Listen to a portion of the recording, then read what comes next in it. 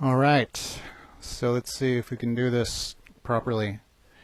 I'm sorry for the typo on my cover thumbnail, but I'm not a professional YouTuber, so I'm not going to correct it. Sorry.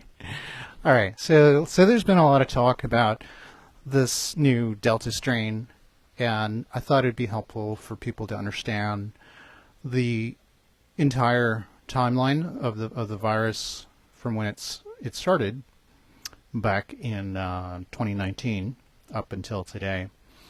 And what we're going to see is that the virus, all these variations, variants, clades, whatever you want to call them, they're obviously they're the same virus, and I think people are overly concerned about the different strains because it really is the same virus. What you're talking about at most is like 57 known mutations. There have been typed around 4,000 different genomes, in which we see here, and this page, by the way, is nextstrain.org. And what I'm going to try to accomplish today is to show you how you can actually consume this data, because what we see here, it's kind of overwhelming, right? So if we look from the beginning of time in Wuhan up until present day, we see, we can't even fathom where these transmissions occurred and crossover points and dates between different nations and different, phylotypes. So the first thing I'm going to do here is actually present to you different ways to look at the data. So you can, over here on the bottom, you can sort of go to a full mode, which will, let's see, my computers are really slow because it's struggling to keep up with OBS.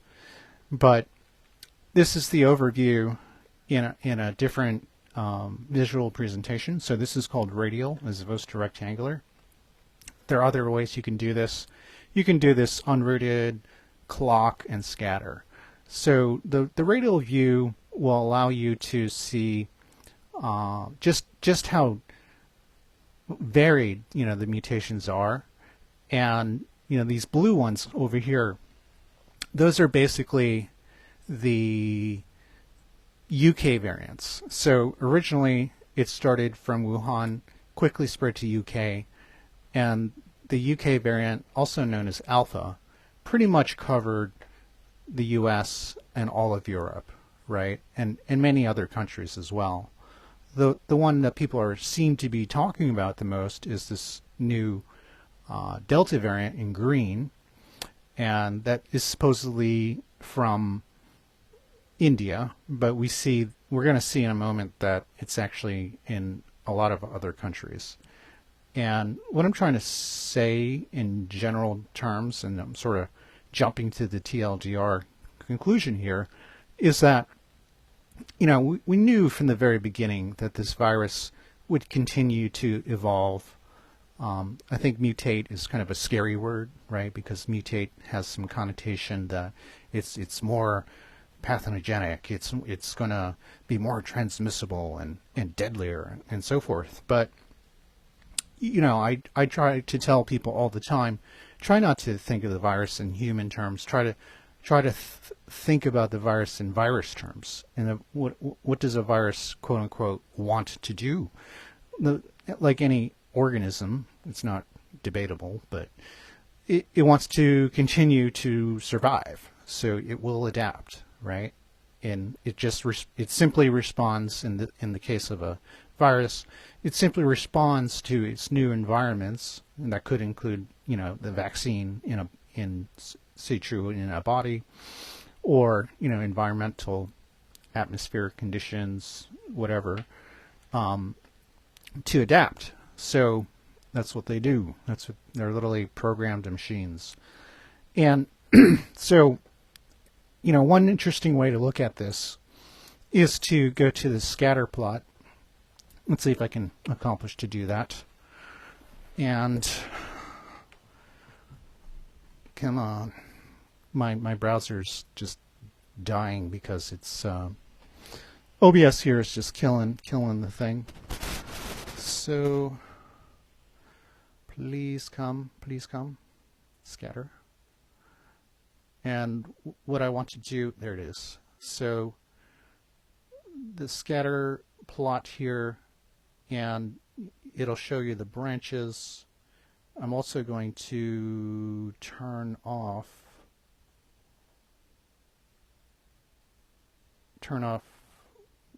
transmission lines. No, we want to see the transmission lines. And basically, this is a much simpler way to view the different major strains, or clades as they're called in phylogenetics terminology. So if we go here to the beginning, right, and 19A is considered the original Wuhan strain, it quickly jumps to 20B, 20A, and 19B. So those are these gray timelines at the top show you basically how they quickly evolved and transmitted to different parts of the world. And you can see that down here. So, this may not be like a very useful map, this colorized, circle wheel map. And I'll just very quickly comment on that, in that the United States, Australia, seem to have the most diversity in terms of strains, strangely. And it's, you would think Australia especially, it's sort of a isolated place, but you would think whoops, especially. I'm streaming, watching myself stream. So how can we get a picture where we can just see, certain strains? So like let's take alpha, and alpha is this blue one here. And if we just double click that line, what happens is that the entire tree here will kind of shrink, and it will allow us to see which countries that it has been reported in. So it's a very complex thing here, but if we scroll down, we see that alpha, otherwise known as the UK variant again, is all over Europe, Australia, and the United States. So while the original, 19 strains, which don't have names, by the way, obviously created this strain, this is the strain that pretty much infected the world in short order in the first half of 2020, correct? So what you can do is you can reset the layout here, and what it will show you, you'll go back to the global view. And so what's this strain here? So the purple one is called beta. And so if I double click on that line, that time frame, what we're going to see is that it will show us the map here in a second, because, come on, let's go. Let's go. I think I better get a stronger computer if I'm going to do this kind of stuff. So, yes, the beta strain, I call it the South African strain because it seems to have covered South Africa itself and the southern African nations. It does have some prominence in Australia and all over the Middle East. Not so present in Europe, but because of the nature of travel, human travel these days, any kind of strain can be anywhere. But we do see groupings. I guess it had some prominence in Bangladesh and sort of the southeastern Asian countries, including Hong Kong, Singapore, and the Philippines. So let's go back, and if anyone is there, you can say hi to me. I can see the chat. So all right. So moving on, what's this one? So this one is called Gamma, and it is labeled 20J.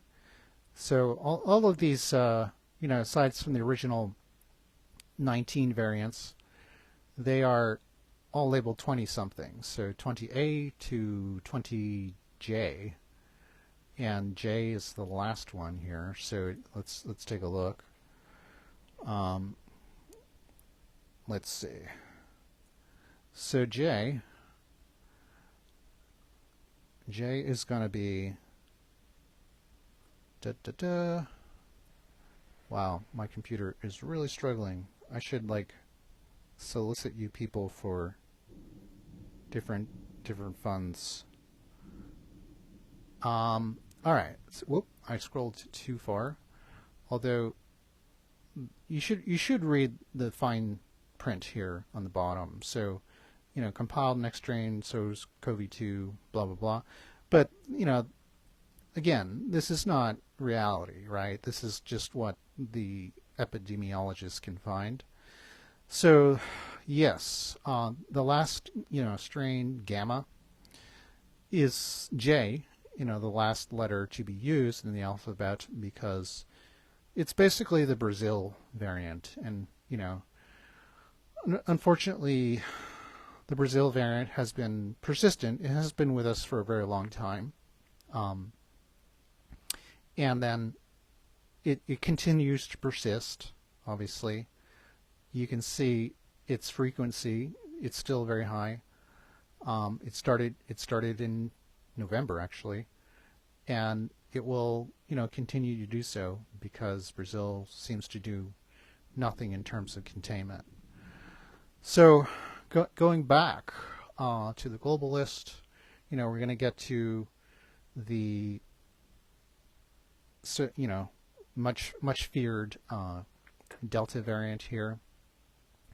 We do have some interesting ones before I get to Delta, like this red one, which is H. 21H is basically the Peru variant, and let's see if I can get to it. The Peru variant is actually very deadly. They do measure case fatality for the various strains. Alpha, beta, and eta, that is 21, just 20I, 20H, and 20D are considered high. They range 1.9 to 2.9 in CFR, or case fatality rate. And sorry for the slowness, but I'm kind of struggling to click. Come on. All right, let's do it. So, I actually clicked on theta, not lambda. So, I think, actually, yeah, that's right. So, yeah, so lambda here, it's sort of Ecuador's. Ecuador got really hit hard in the spring of last year. I would say late spring. It did make its way up into the United States, but Ecuador, they had extremely high death rate in that part of the year. So, actually, oh no, I clicked on 21F iota. So I hope you guys are getting sort of a sense of what the various strains, how they transmitted, when they transmitted, and and I'm trying to provide some context in terms of how deadly these things were at the time of their arrival. So let's see, 21H, that is yet to be named. It hasn't given a Greek letter alphabet. So let's see what that looks like. Yes, I think it's Ecuador, Colombia. So not exactly the Peru strain as I imagined, but you know, it's a North-South African strain, just like the one 21F. So going to reset the layout once again, and again, I hope this gives you more context. So let's see if I can get to Lambda finally. So that would be, I hope this is the Peru one I've been talking about. It's really it's really hard to distinguish these from just the colors. Sorry if I occasionally misidentify them, but should pop up here in a second. Yeah, so that's whoa, reset the zoom. So this one, 21G Lambda, that is definitely the Peru one, and Peru is getting hit hard right now. Peru's like the death rate in Peru is extremely high, and it's what I'm thinking is that CFRs between different strains are highly exaggerated, because what I'm seeing is more of a correlation between how infected the country was before they got whatever strain they got. I don't really think it matters too much what strain you get and how deadly it is. I don't see that correlation. What I see a correlation is, have they been infected not before, and how fast is the infection? So like you see a huge spike in India a couple of months ago. Yeah, the death rate skyrockets because they basically weren't infected before. So and so the narrative, and let's just finish these out. So before I go to Delta 21A, I'm going to just finish out with let's do Epsilon 21C, because I think that one is the Australian. It highly infected Australia. So although again, Australia got just about everything, just like the United States. So it seems to me that Australia and the United States had the most. Why does it keep doing that? So I'm going to zoom out again. Australia and the United States, had the widest diversity in terms of clades or strains or variants. Again, whatever you want to call them. I'm not, a professional virologist. Oh yeah, no, I was incorrect. It's kind of it's the 21C Epsilon is the Mexico United States strain, and it of course I guess there's some travel to Australia and New Zealand, so yeah, it hit them too. So let's reset this once again, and we'll see what this Delta thing is all about. I'm not going to cover one or two strains. I might have not clicked on Eta or Kappa, but you can do that at your own leisure. I just want to get to the conclusion here and finish out the stream in a timely fashion. So, all right. So back to Delta. I don't think I'm getting any chat. I'll just check it here. So Delta, it jumps around all over the place, and Delta, it started in February, so it's a sort of recent strain, and it's basically, oh yeah, wow, it was really big in Australia, and it probably spread from Australia and just sort of I think it's really just the continuation of alpha, and it's just hitting, whatever people that didn't get hit before um, with alpha. And the reported CFR from Delta is significantly lower. It's something like 0.9 percent case fatality rate compared to alpha. But again, these countries have already gone through alpha, at least, like 4 waves of this stuff, right? And so what did it do? It killed off all the old people because we didn't know how to deal with the virus. We locked people in nursing homes, for God's sake. We locked people in apartment building complexes in China. And we just, unintentionally killed people, mostly the elderly. From the beginning, we knew that if the younger you are, the better your chances.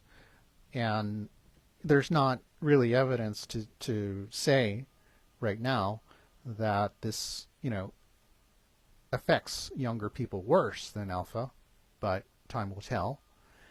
And, so it's doing less damage because there's, less opportunity for damage. And that's my, conclusion at the moment. These things can change. We've had, a year and a half to look at this stuff. I think we can start making some sensible remarks, not conclusions, but maybe we can get a clue of what has been happening in the past year and a half. So that's what I have for you today. Again, this is the general overview, the timeline. So the original, Wuhan strain in November, it's 6 or 7 or so variants, which sort of spread to Korea, Iran. Those 2 were the first countries after, for some reason, and then Italy. But then, of course, it jumped from 20C to 20H, which is also beta, and then 20B jumped to alpha, infected the whole world, basically. And so you have, and the newer strains, like in South America, 20H, 20G, to some extent Iota, Eta. Those would be, the African countries. Although Beta, which is an earlier one, that infected South Africa pretty early on. It was mid-year last year, as opposed to what's happening in Nigeria and the northern and central African countries. So basically, that's where we are. Where I think Delta is going is that it's going to, unfortunately, the vaccines, the vaccine manufacturers claim that it's going to be effective against Delta, but it hasn't. They have yet to prove that it's effective against Alpha or any other variant for that matter. So my confidence that it's going to work for Delta is moderately low. I'm not going to say it's not going to work, but based on its track record, based on a lot of countries who, and you can see my previous video on this, who have been highly inoculated, unfortunately, they have the highest rates of infection in the world as well. And nothing seems to drop off the case numbers until the wave naturally drops off as a consequence of, herd immunity, right? And so we have to differentiate between herd immunity. Herd immunity can have like 2 different definitions. That would be like, natural immunity of the herd, natural plus the vaccine immunity, and then herd immunity is just like total infection rate. That would include like asymptomatic cases and whatnot. So And we have no idea what that number looks like. So, all right. So I hope that was helpful. If you have any questions, hit me up.